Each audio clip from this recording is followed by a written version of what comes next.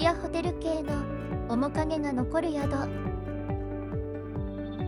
イキングに飽きたら和食膳の懐石プラン。ゆきひょうの旅。伊東園ホテルズの送迎バスでホテルに向かっています。ここは熱海銀座。たくさんの飲食店が並んでいます。海鮮丼のお店が多かったわね。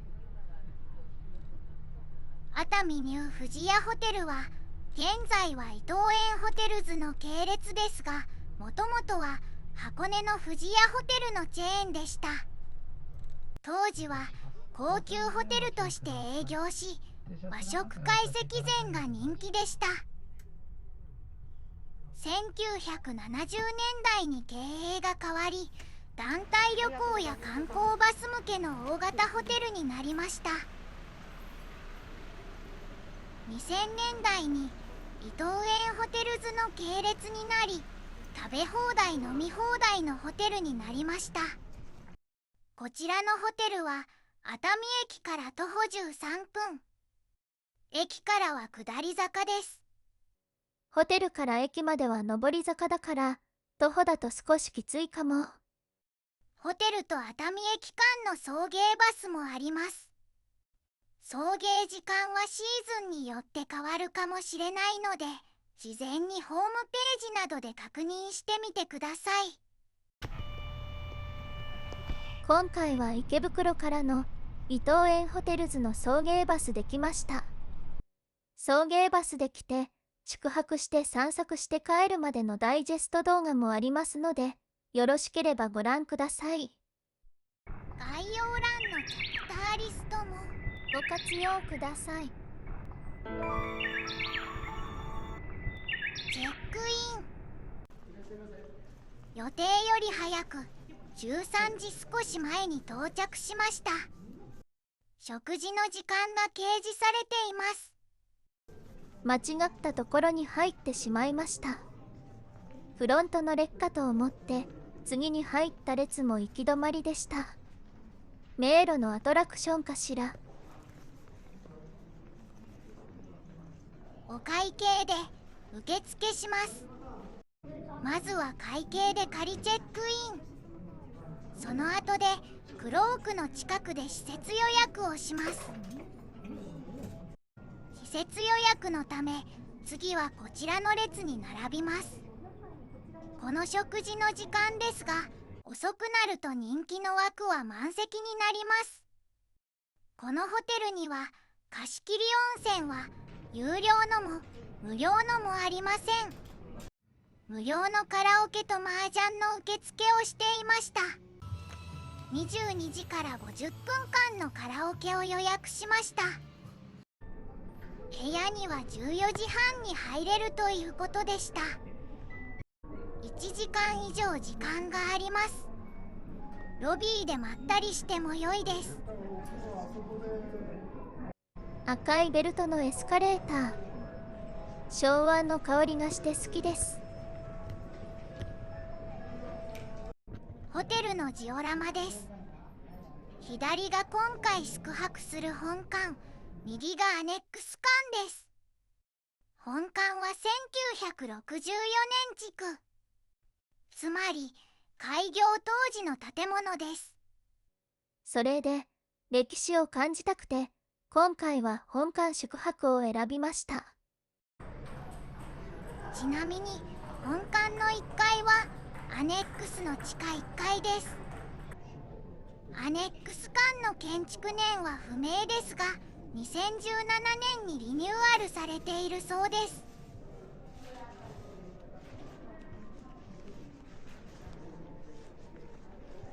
ロビーの奥に自販機があります。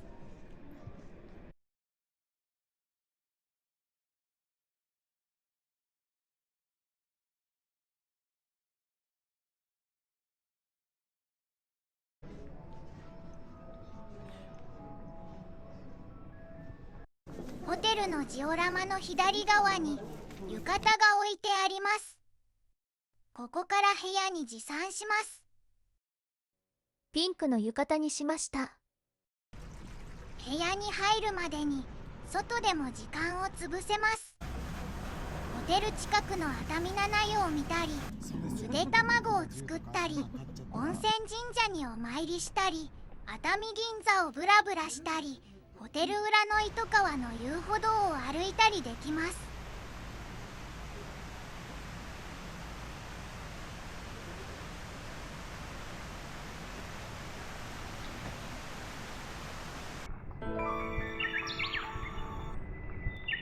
部屋、14時半に部屋に入れました。部屋は本館4階の角の一人部屋です。4階案内図。海側はこの図の上の方の部屋です。エレベーターホールにはデジタルの案内板。角なのでちょっと遠い。カーペットの模様が素敵。右側の部屋は建物内側の部屋です。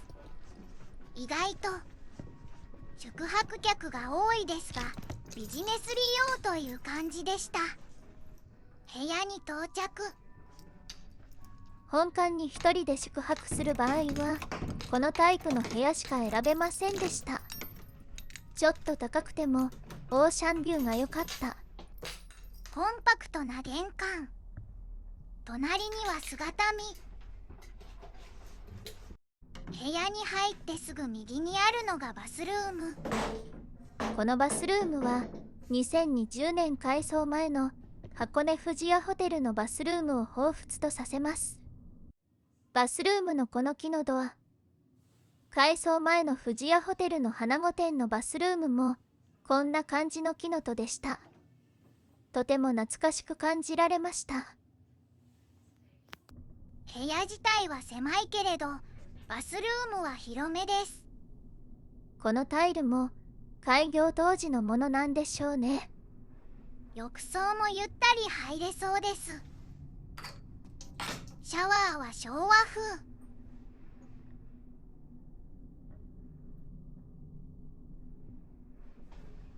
洗面に歯ブラシやフェイスタオルが置いてあります。トイレはウォシュレット。7.5 畳の畳の部屋には掛け布団が半分折られた形で布団が敷かれています。これは初めて見るパターンね。押し入れには予備の布団が1組入っています。布団2組ギリギリ敷けそうね。予備の座椅子と金庫。この上の部分は隣の部屋のクローゼットかしら。荷物がこの下に置けそうね。クローゼットには1人分の短膳、バスタオル、フェイスタオル、帯など。市松柄の和紙畳。そして独特な布団。テレビ。下に小物が置けそうね。披露宴はちょっと狭め。小さなテーブルにソファーが一つ。でもこの椅子、時代を感じます。もしかしたら1964年からここにあるのかも。お茶菓子は味噌落花生とエビせんべい。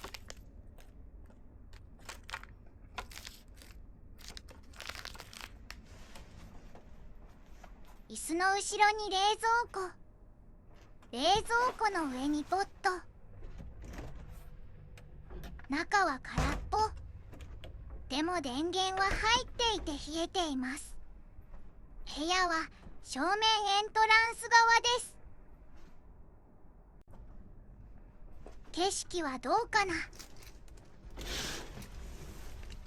窓は開きませんでした。海も見えません。高く伸びたソテツが見えるけれど、これも1960年代からあるのかも。かなり背が高いので、ある程度成長しているソテツを開業した年に植えたのでしょう。翌朝、もしかして右に見えるのは海かも。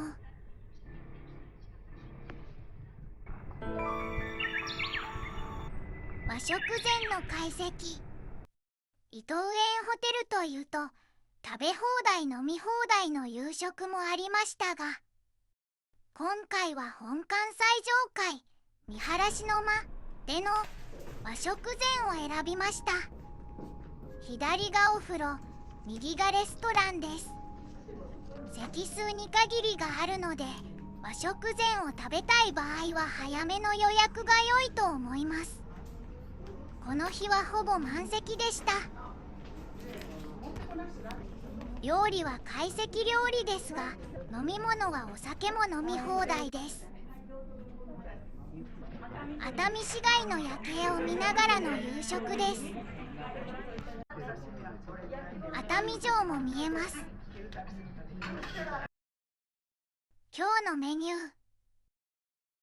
前菜、柿と湯葉の白あえ、若鶏けんちん巻き、ニシンの親子あえ。ピンボケしていてすみません。お造り、マグロ、カンパチ、富士の国マス、甘エビ。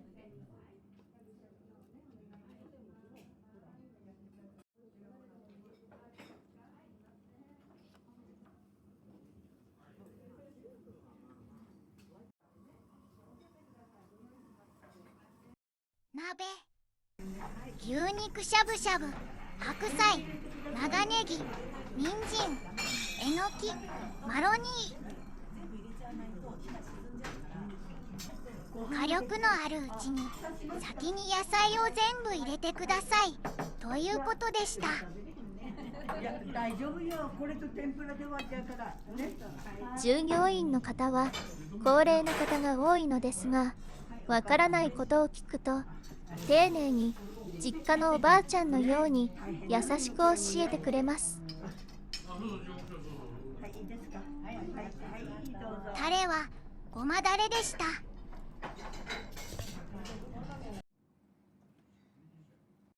焼き物、焼きたてが届きます。銀だらの幽庵焼き、ごぼうの梅あえ、はじかみ、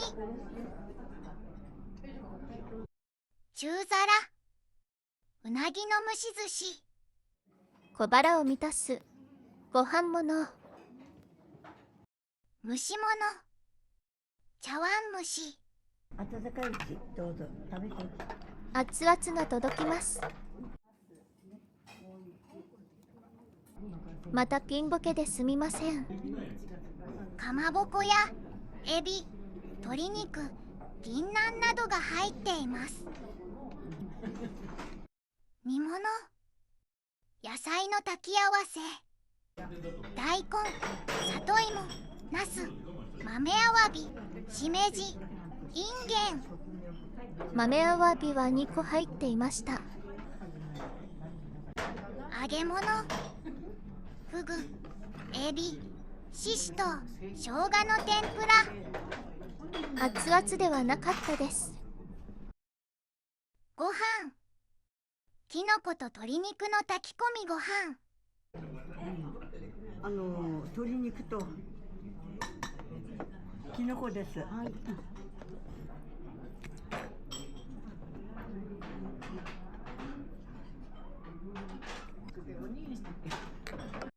漬物、三点盛り、たくあん、しば漬け、きゅうちゃん。わんもの、赤だし、水菓子、オレンジ、熱海橙ゼリー。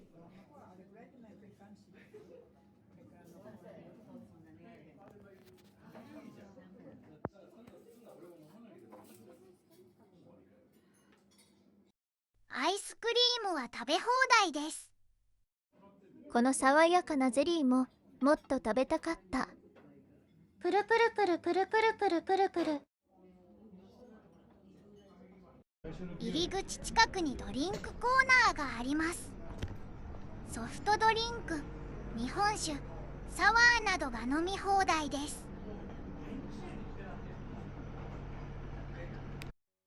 ごちそうさまでした。バイキングも大好きだけれど、着席で落ち着いて食べられるのも良いですね。飲み物も飲み放題だし、アイスクリームも食べ放題だったのも嬉しい。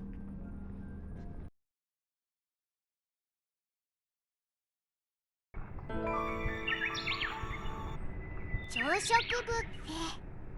朝食ブッフェの会場はアネックス館1階の礼法です。本館1階の通路を通ってエスカレーターを上がるとアネックス1階です。複数の卓球台は予約不要で空いていれば利用できます。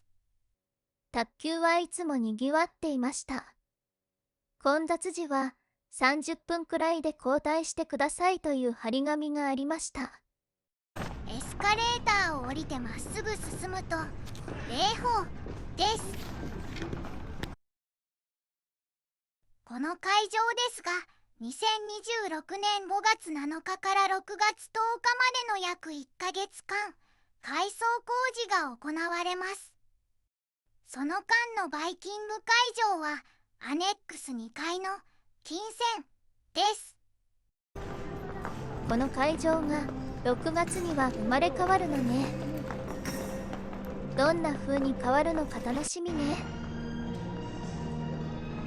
また来なきゃ。朝食は一番遅い時間を選びました。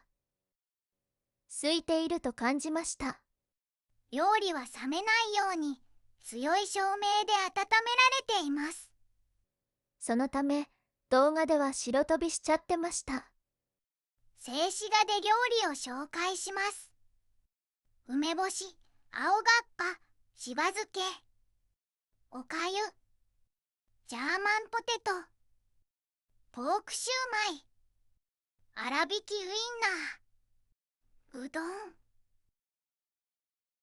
厚焼き卵、温泉卵、あんかけ肉団子、スクランブルエッグ、フライドポテト、白身魚フライ、なめだけ、松前漬け、刻みオクラ、湯豆腐、サバの塩焼き、アジの干物、納豆、味付け海苔、ナスのポン酢和え、田舎に、ごま昆布、切り干し大根、ひじきに、きんぴらごぼう、サラダ、ドレッシング、ご飯としじみのお味噌汁、ご当地ふりかけのバリカツオくんふりかけ、白パン、丸パン、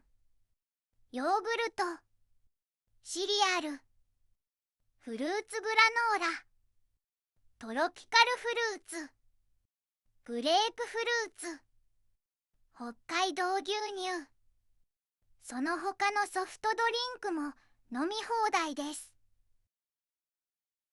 おいしい朝ごはんの出来上がりです。一口ずつ全部持ってきました。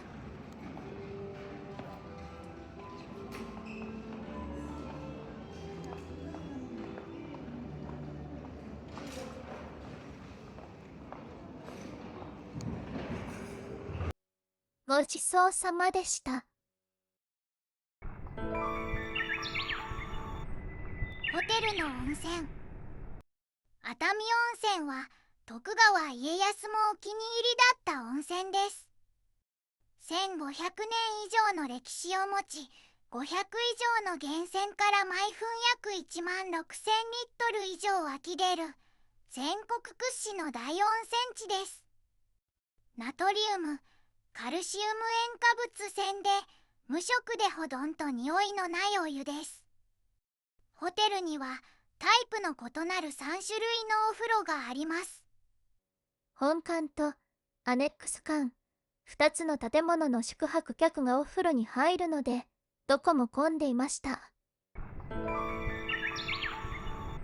別館3階、家康の湯。別館3階は宿泊当時は一部工事中でした。家康は岩風呂の露天風呂を好んでいたそうです。別館3階は露天の岩風呂の作りです。空が見える明るいお風呂です。なんだかちょっとトロピカルな気分になれるお風呂でした。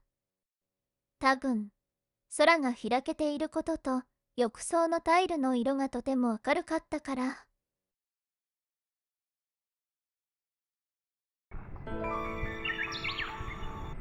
本館地下2階の大浴場。ホテルで一番広い大浴場は本館地下2階にあります。地下なので窓はなく、家康の湯の後に来てみると少し薄暗い感じです。しかし最初は暗く感じたものの、その落ち着いた明るさがかえって心を静めてくれて、ゆったりとリラックスできました。ここにはサウナもあります。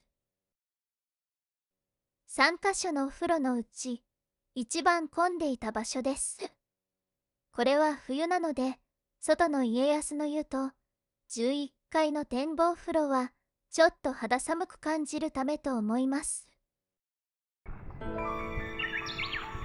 本館11階の展望露天風呂。海も見える展望露天風呂は本館11階にあります。肌寒いせいか夜はガラガラでした。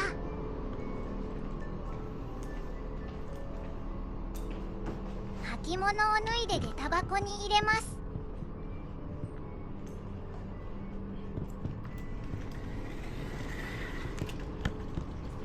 内風呂はなく洗い場も外です。この石畳が冷たいです。正面が海です。目隠しの格子の隙間から海が見えます。この右にある一人用の冬季風呂も冬はぬるくて長く入れませんでした。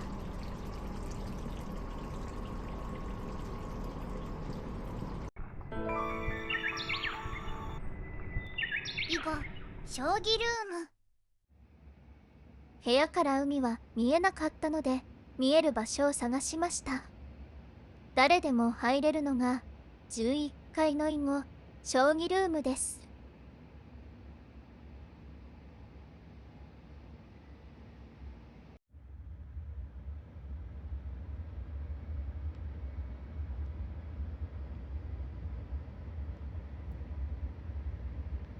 熱海城も見えます。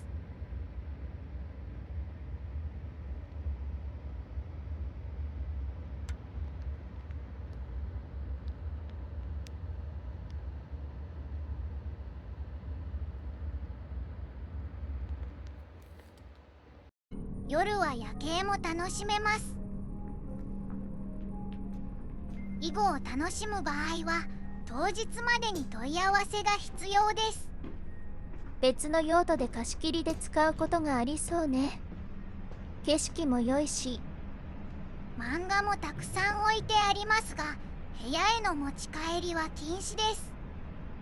ここで読んで楽しみましょう。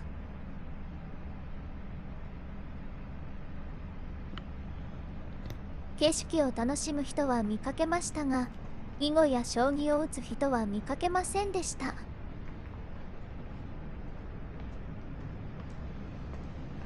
実家に5番とかあるけれど、やったことがないのよね。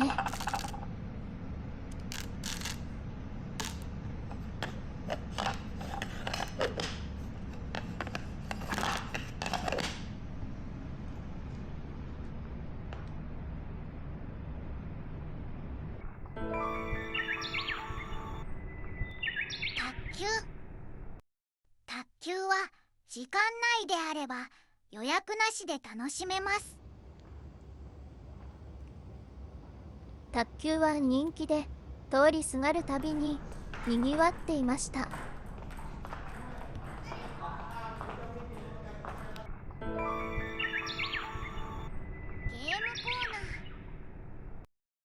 ゲームコーナーも別館にあります。14時から21時まで遊べます。ダンスホール、別館2階にダンスホールがあります。不定休ということでこの日の営業はなかったようです。生演奏聞いてみたかった。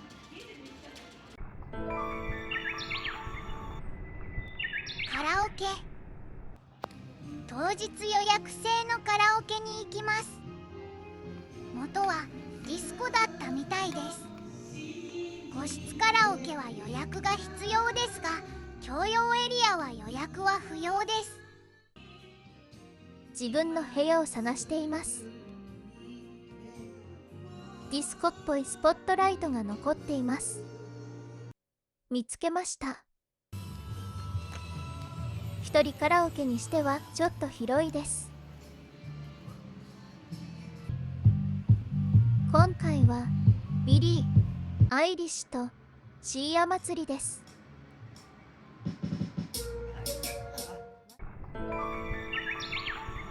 バー、ミッドナイトラウンジ、休憩所。本館からアネックスに向かう途中に休憩所があります。もともとはバーだったようです。今はパーティーの控え室や休憩所として使われています。ここがバーカウンターだったみたいね。老舗ホテルにはバーがつきもの。でも今は夕食が飲み放題だから必要なくなっちゃったのね。麻雀ルーム、本館地下2階に13択の麻雀ルームがあります。大浴場の途中にあるのですが、毎回数択利用している人がいました。麻雀は要予約ですが結構空いていました。売店、場所は本館の1階フロントの近くです。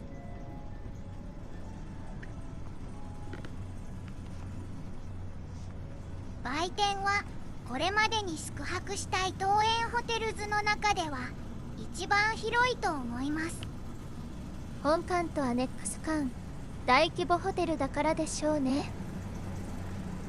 イカの塩辛をお土産に買いたかったけれど、池袋に着くのが夕方になるので諦めました。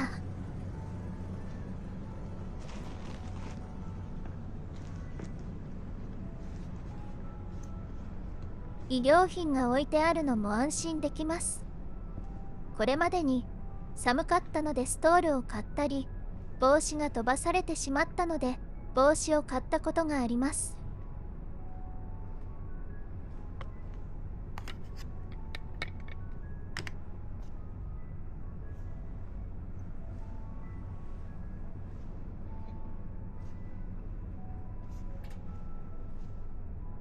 最近見かけるこの棒のぬいぐるみは何なのかしら。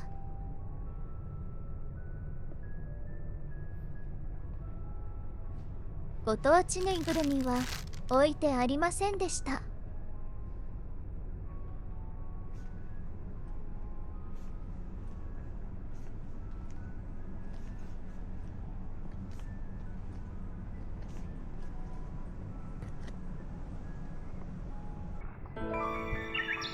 ホテル熱海駅送迎バス。ホテルと熱海駅の間は無料の送迎バスがあります。チェックアウトの時間に重なると補助席と立ち乗りの人も出て満員になります。バスの時間はシーズンによって変わるかもしれないので、事前にホームページやエントランスの看板で確認してみてください。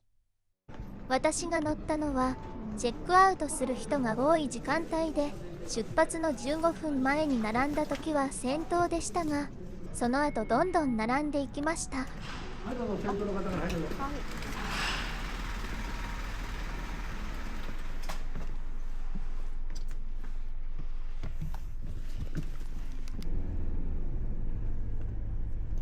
駅まで上り坂が続きます。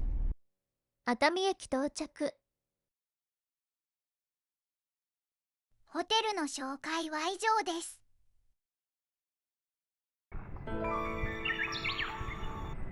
徒歩圏観光。最後はホテルから徒歩で巡った観光スポットの映像でお別れです。片道30分くらいの熱海梅園も含みます。